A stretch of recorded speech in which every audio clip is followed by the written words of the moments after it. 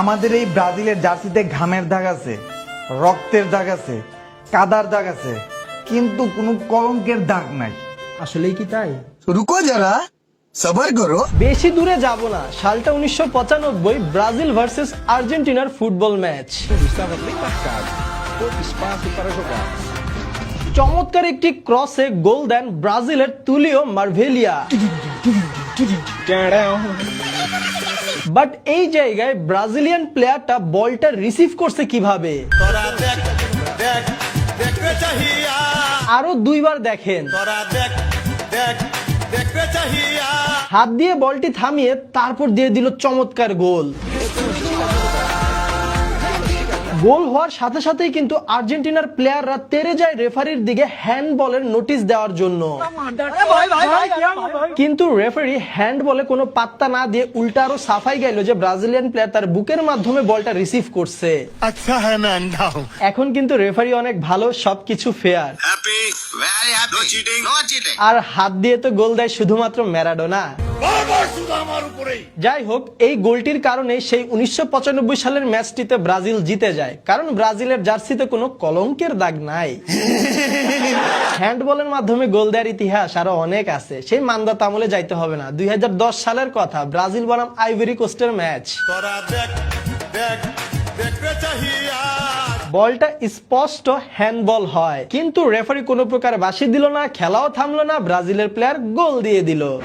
That's got to be handball. That's got to be handball. Ivory কোস্টের প্লেয়াররা হ্যান্ডবলের appeal করলো, কিন্তু রেফারি হাসতে হাসতে চলে গেল, কারণ রেফারি একদমই ভালো আর একদমই fair. Happy very happy no cheating no cheating. এবার আসি ব্রাজিলের 2002 সালের বিশ্বকাপ জয়ের আমল নামায়। নকআউট স্টেজের খেলা ব্রাজিল বনাম বেলজিয়াম, স্কোর কিন্তু 0-0। এমন সময় একটি ক্রস থেকে চমৎকার একটি হেডে গোল দিয়েছিল বেলজিয়ামের প্লেয়ার,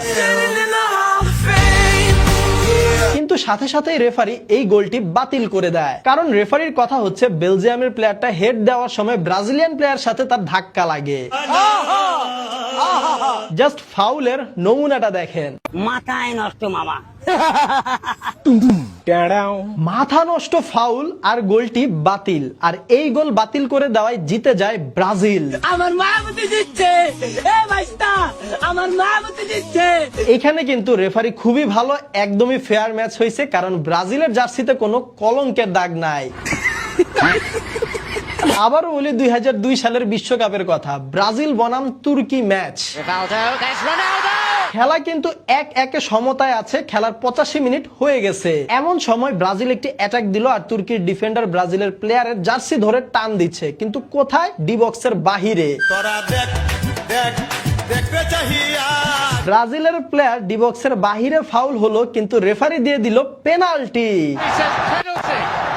ওই ম্যাচের কমেন্ট্রি লাইভ খেলা দেখার সময় কি বলতেছিল চলেন একটু শুনি। But should it really be penalty? মানে ধারাভাষ্যকার নিজে পর্যন্ত মদনা হয়ে গেছে রেফারির ডিসিশন দেখে। সে আরো কি বলে শুনেন। সে নিজেও বলতেছে যে ডি বক্সের বাহিরে ফাউলটা মনে হয় করা হয়েছে,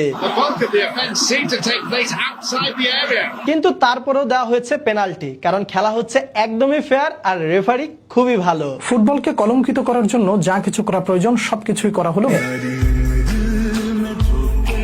যাই হোক, এই জায়গায় ব্রাজিলের প্লেয়ারটা কিভাবে পড়ে গেছে সেই নাটকের কথা আর নাই বা বলি। অভিনয়ের জন্য নারী সেরা রে। মোট কথা ভাই, 2002 সালের খেলা ছিল এভরিথিং ওকে, সবকিছু ফেয়ার, নো চিটিং, কারণ ব্রাজিলের জার্সিতে কোনো কলঙ্কের দাগ নাই। नो फेर रेफरी नो फेर। জাস্ট 1 ঘন্টার রিসার্চ করে এত আমল নামা পেয়ে গেছি, তাহলে চিন্তা করেন ইতিহাস লারা দিলে আর কি কি বের হয়ে আসতে পারে। দেখা হয় নাই চক্ষু মিলিয়া, ঘর হতে শুধু 2 পা ফেলিয়া। এইগুলা মনে হয় সবকিছুই এআই, কারণ ব্রাজিলের জার্সিতে কোনো কলঙ্কের দাগ নাই। ভাগ্যিস 2002 সালের আগে এত পরিমাণের ফেসবুক, ইউটিউব কিংবা এত প্রমাণ রাখার ব্যবস্থা ছিল না, এত প্রচারণাও হইতো না ঠাস ঠুস। যাই হোক ভাই, সবকিছু এআই স্বীকার করে নিলাম, কেউ আবার রাগ করেন না।